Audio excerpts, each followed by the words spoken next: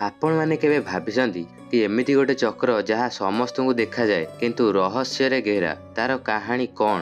ଆଜି ଆମେ ତାହା ଜାଣିବୁ। ପୁରୀ ଜଗନ୍ନାଥ ମନ୍ଦିରର ନୀଳଚକ୍ରର ଅଦୃଶ୍ୟ ରହସ୍ୟ ଯାହା ଶତାବ୍ଦୀ ଧରି ଆସ୍ଥା ଓ ବିଜ୍ଞାନକୁ ଚମକାଇ ଚାଲିଛି। ଶ୍ରୀମନ୍ଦିରର ଶୀର୍ଷରେ ଥାଏ ନୀଳଚକ୍ର, ଯାହା ଭଗବାନ ବିଷ୍ଣୁଙ୍କ ସୁଦର୍ଶନ ଚକ୍ରର ପ୍ରତୀକ। ଏହା କେବଳ ଗୋଟେ ଚକ୍ର ନୁହେଁ, ଏହା ଆସ୍ଥା, ଶକ୍ତି ଓ ଆଲୌକିକତାର ମିଳନ। କିନ୍ତୁ ଏହାକୁ କାହିଁକି କୁହାଯାଏ ଅଦୃଶ୍ୟ ଚକ୍ର? ଚାଲନ୍ତୁ ଜାଣିବା। ପୁରାଣ ଅନୁସାରେ ନୀଳଚକ୍ର ହେଉଛି ସୁଦର୍ଶନ ଚକ୍ରର ଅଂଶ, ଯାହା ଶ୍ରୀ ଜଗନ୍ନାଥଙ୍କ ସହ ରତ୍ନ ସିଂହାସନରେ ପୂଜା ପାଏ। କିମ୍ବଦନ୍ତୀ କହେ ଏହି ଚକ୍ରରେ ଆଲୌକିକ ଶକ୍ତି ରହିଛି। ଯେଉଁମାନେ ଏହାକୁ ଶ୍ରଦ୍ଧାରେ ଦର୍ଶନ କରନ୍ତି ସେମାନଙ୍କ ପାପ ନଷ୍ଟ ହୁଏ ଓ ମୁକ୍ତି ମିଳେ। କିନ୍ତୁ ରହସ୍ୟ ଏଠାରେ ବିଜ୍ଞାନୀମାନେ ଆଶ୍ଚର୍ଯ୍ୟ ହୁଅନ୍ତି କି ପବନ ଯେକୌଣସି ଦିଗରୁ ବହିଲେ ବି ନୀଳଚକ୍ରର ପତାକା ସବୁବେଳେ ସମୁଦ୍ର ଆଡ଼କୁ ମୁହଁ କରି ରହିଥାଏ। ଏଥିରେ କୌଣସି ଯାନ୍ତ୍ରିକ ସଂଯୋଗ ନାହିଁ, ତଥାପି ଏହା ଅପରିବର୍ତ୍ତିତ। ଏହା ପୁରାତନ ବାସ୍ତୁଶାସ୍ତ୍ରର ଚମତ୍କାର ନା ଆଲୌକିକ ଶକ୍ତି?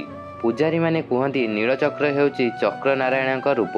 ଏହାର ଦର୍ଶନ ମାତ୍ରେ ଭକ୍ତଙ୍କ ମନରେ ଶାନ୍ତି ମିଳେ। ଅନେକ ଭକ୍ତ କୁହନ୍ତି ଏହାକୁ ଦେଖି ସେମାନେ ଏକ ଅଜଣା ଶକ୍ତି ଅନୁଭବ କରିଛନ୍ତି।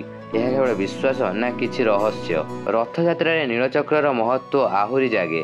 ଜଗନ୍ନାଥଙ୍କ ରଥରେ ଚକ୍ର ମଧ୍ୟ ସୁଦର୍ଶନ ଚକ୍ରର ପ୍ରତୀକ। ଏହା ଜୀବନର ଚକ୍ର, ସମୟର ଗତି ଓ ନିରନ୍ତର ପରିବର୍ତ୍ତନକୁ ଦର୍ଶାଏ। ଏହି ଚକ୍ର ଆମକୁ ଶିଖାଏ ସବୁ ବଦଳୁଛି କିନ୍ତୁ ଜଗନ୍ନାଥଙ୍କ କୃପା ଅଟଳ। ତେବେ ନୀଳଚକ୍ରର ଅଦୃଶ୍ୟ ରହସ୍ୟ କ'ଣ? ଏହା ଆସ୍ଥା ଓ ବିଜ୍ଞାନର ଅପୂର୍ବ ମିଳନ, ଯାହା ଆଜି ବି ଆମକୁ ଭାବିବାକୁ ବାଧ୍ୟ କରେ। ଆପଣ କ'ଣ ଭାବୁଛନ୍ତି? ଏହା ଆଲୌକିକ ନା ପୁରାତନ ଜ୍ଞାନ? ଶ୍ରୀକ୍ଷେତ୍ରରେ ଦର୍ଶନ କରି ନିଜେ ଅନୁଭବ କରନ୍ତୁ। ଜୟ ଜଗନ୍ନାଥ।